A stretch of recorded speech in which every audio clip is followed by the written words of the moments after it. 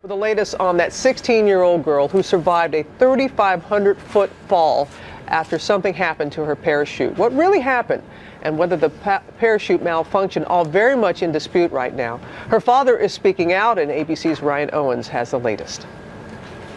Moments after these pictures were snapped, that smiling young woman who just turned 16 experienced sheer terror. I just had a first-time jumper get hurt out here. She fell from the sky more than a half a mile, 3,500 feet. Is she okay?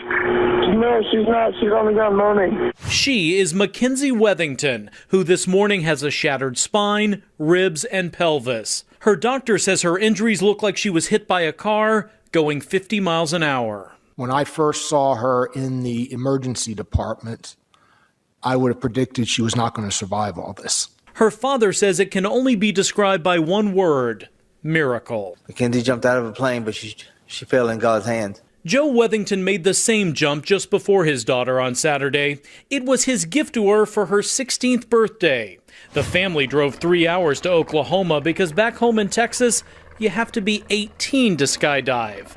Despite her age, her father says Mackenzie didn't do anything wrong. We went to the class, which was inadequate. The equipment is inadequate. Not so fast, says the owner of Pegasus Air Sports in Chickasha, Oklahoma. I'm sorry about the girl got hurt. I don't feel that there was anything largely wrong with our equipment. Andy claims Mackenzie, for some reason, did not follow the instructions he was giving her during the jump. Swainson believes her jump suffered what's called a toggle fire, almost as soon as the tether yanked her parachute open.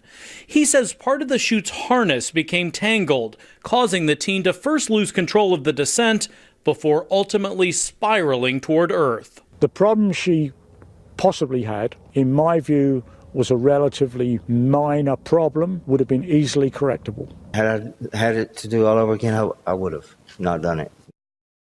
Priority number one for Mackenzie's family is to get the teenager better. Priority number two, to figure out exactly what happened. And the family is considering legal action. Robin?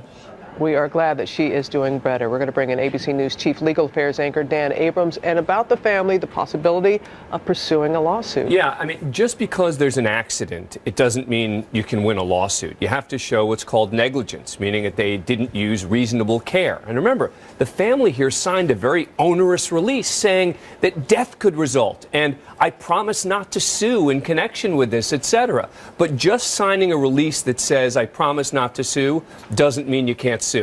If you can show that they didn't use reasonable care, that there was some inherent problem that they should have been able to fix, then you can still have the potential of a successful lawsuit. The owner of the parachute company is saying... Is already suggesting that it was her fault. They're saying that she didn't follow the training. So you already see the seeds of what could be a defense. These are the kinds of cases, though, that they want to settle and make go away. Everybody wants to make go away. And again, it's a miracle that this 16-year-old is still alive. Yeah, absolutely. And that's the paramount thing. Absolutely. All right, Dan, thank you.